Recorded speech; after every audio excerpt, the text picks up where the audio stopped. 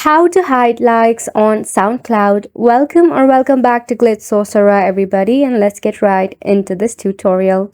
To hide likes on your SoundCloud, you need to have yourself your SoundCloud application, or you can even check out your SoundCloud webpage. Make sure that you are logged into your SoundCloud. Now when you are in here, to hide your likes, you have to actually make your playlist private.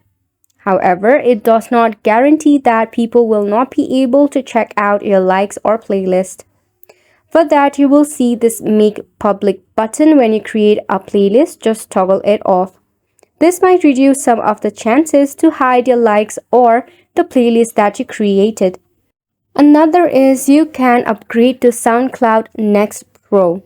This paid subscription tier offers a feature called Quiet Mode that allows you to hide likes, reposts, and other track statistics from public view. You can find more information about Next Pro on the SoundCloud website.